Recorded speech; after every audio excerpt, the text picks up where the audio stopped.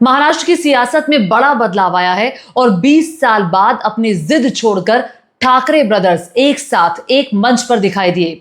जी हां, उद्धव ठाकरे और राज ठाकरे ने हाथ मिला लिए हैं। वजह कही जा रही है कि भाषा की लड़ाई दोनों को साथ लेकर आई, लेकिन असलियत में वजह अपनी खोई राजनीतिक जमीन को वापस पाने की है। बड़ा सवाल यह खड़ा होता है, ये दोनों भाई जो अलग अलग रहकर नहीं कर पाए, क्या वो साथ में रहकर कर पाएंगे? ये बड़ा सवाल है और इसी पर ही हम आगे चर्चा करेंगे। नमस्कार, मेरा नाम ज्योति तनेजा भसीन और आप सभी से अपील कि मेरे चैनल को सब्सक्राइब कर लीजिए। राज ठाकरे, उद्धव ठाकरे एक साथ एक मंच पर, तस्वीर आप देख रहे हैं। एक मंच पर ये दोनों भाई और दोनों को भाषा की अस्मिता, जो मराठी अस्मिता है, वो साथ लेकर आए। राज ठाकरे ने पिछले दिनों एक इंटरव्यू में भी कहा था कि देखिए मेरा महाराष्ट्र, उन्होंने कहा था कि मेरा महाराष्ट्र किसी भी राजनीति और लड़ाई से ऊपर है, हाथ मिलाने में गुरेज नहीं है। ये इशारा उन्होंने पहले कर दिया था और तभी से ही लग रहा था कि अंदर खाने खिचड़ी पक रही है और उसका जो एक बेस बना वो मराठी बना। पिछले दिनों आपने लगातार देखा और जो लगातार चल भी रहा है, जो राज ठाकरे की पार्टी के लोग हैं जगह जगह जाते हैं, जो मराठी नहीं बोलता उसके साथ गुंडागर्दी करते हैं। ये तस्वीरें पूरे देश ने देखी और इस गुंडागर्दी के बारे में आज की जो रैली में कहा गया, उद्धव ठाकरे की तरफ से, राज ठाकरे की तरफ से कहा गया कि हाँ, हम गुंडागर्दी करते हैं, जहां जरूरत पड़ेगी वहां गुंडागर्दी करेंगे। पहले मैं आपको बता देती हूं कि राज ठाकरे ने क्या कहा। राज ठाकरे ने कहा जो काम बाला साहब नहीं कर पाए वो काम देवेंद्र फडणवीस, जो महाराष्ट्र के मुख्यमंत्री हैं, उन्होंने कर दिया, दोनों भाइयों को साथ लाने का। उद्धव ने क्या कहा, जो बात बहुत महत्वपूर्ण है, बातें तो बहुत सारी कही गई।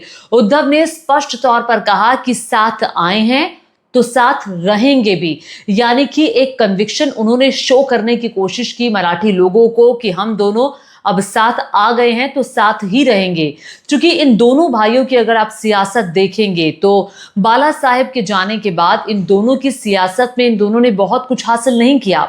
जहां उद्धव ठाकरे जो बाला साहेब की लेगेसी थी उसको आगे बढ़ाने में नाकामयाब रहे और एक वक्त में जब बाला साहेब के वक्त में कहा जाता था कि पार्टी जो शिवसेना थी वो बीजेपी से बड़ी थी, बाला साहेब के जाने के बाद वही पार्टी बीजेपी से छोटी हो जाती है। बाला साहेब के सामने कोई चू तक करने की हिम्मत नहीं करता था, भले ही पार्टी नारायण राणे ने छोड़ी हो, छगन भुजबल ने छोड़ी हो, लेकिन बाला साहेब को चुनौती देने की हिम्मत किसी भी नहीं थी पार्टी बदलने के बाद या पार्टी छोड़ने के बाद। बेशक नाराजगी रहे, लेकिन बदलाव बड़ा क्या आया।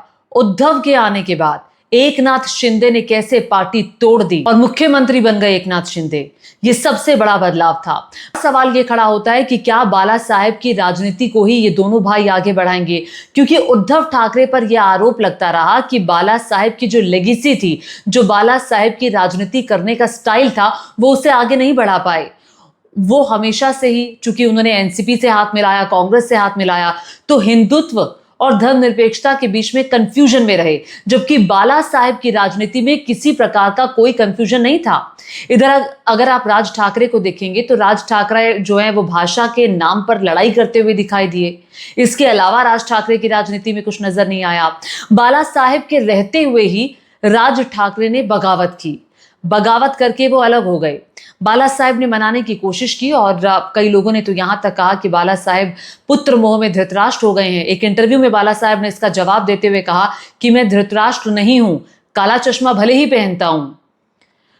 राज ठाकरे को मनाने की सभी कोशिशें नाकाम रही।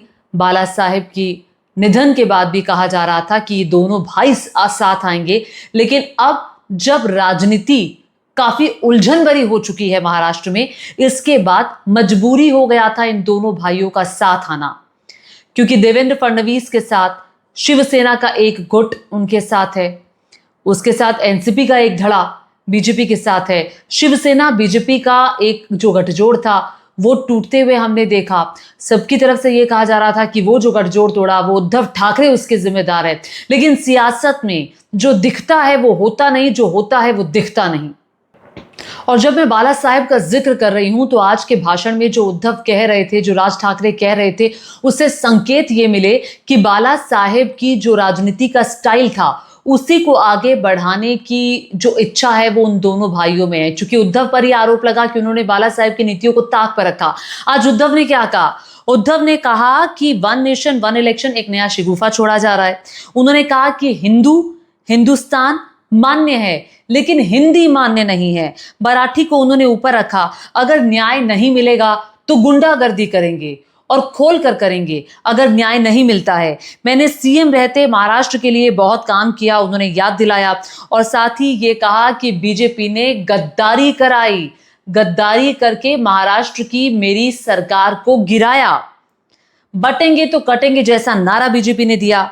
दिल्ली का गुलाम हमारे पर आकर राज करेगा क्या?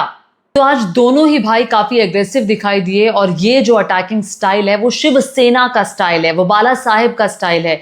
सीधी भाषा में बोलना, कोई लाग लपेट नहीं, क्योंकि बाला साहेब की राजनीति बिल्कुल क्रिस्टल क्लियर थी, उसमें किसी प्रकार का इफ और बट नहीं था। लेकिन जिस प्रकार की राजनीति को उद्धव ने, राज ने आगे बढ़ाया, उसमें कंफ्यूजन नजर आया। अब आगे उद्धव ठाकरे के रिश्ते कांग्रेस पार्टी के साथ कैसे रहते हैं, उद्धव ठाकरे के रिश्ते एनसीपी के साथ कैसे रहते हैं, ये देखने वाली बात होगी। और उस कांग्रेस पार्टी के साथ जिसके जो बड़े नेता हैं राहुल गांधी, वो वीर सावरकर के बारे में बयानी देते हैं। राहुल गांधी ने वीर सावरकर को कायर कहा था, जबकि शिवसेना वीर सावरकर का सम्मान करती है। तो ऐसे में आपकी राजनीति हिंदुत्व को लेकर, धर्मनिरपेक्षता को लेकर क्या रहने वाली है? क्या फिर से वो कंफ्यूजन की स्थिति रहेगी, या फिर बाला साहेब की तरह क्रिस्टल क्लियर राह पर उद्धव ठाकरे, राज ठाकरे चलने वाले हैं?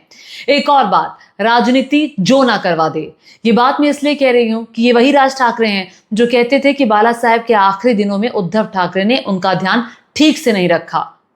एक और बात जो मुझे याद आ रही है, राज ठाकरे ने यह तक कहा था कि उद्धव ठाकरे जैसे नीच व्यक्ति के साथ मैं कभी नहीं जाऊंगा। लेकिन आज का वक्त देख लीजिए, अपने वजूद को बचाने के लिए राज ठाकरे को जाना पड़ रहा है।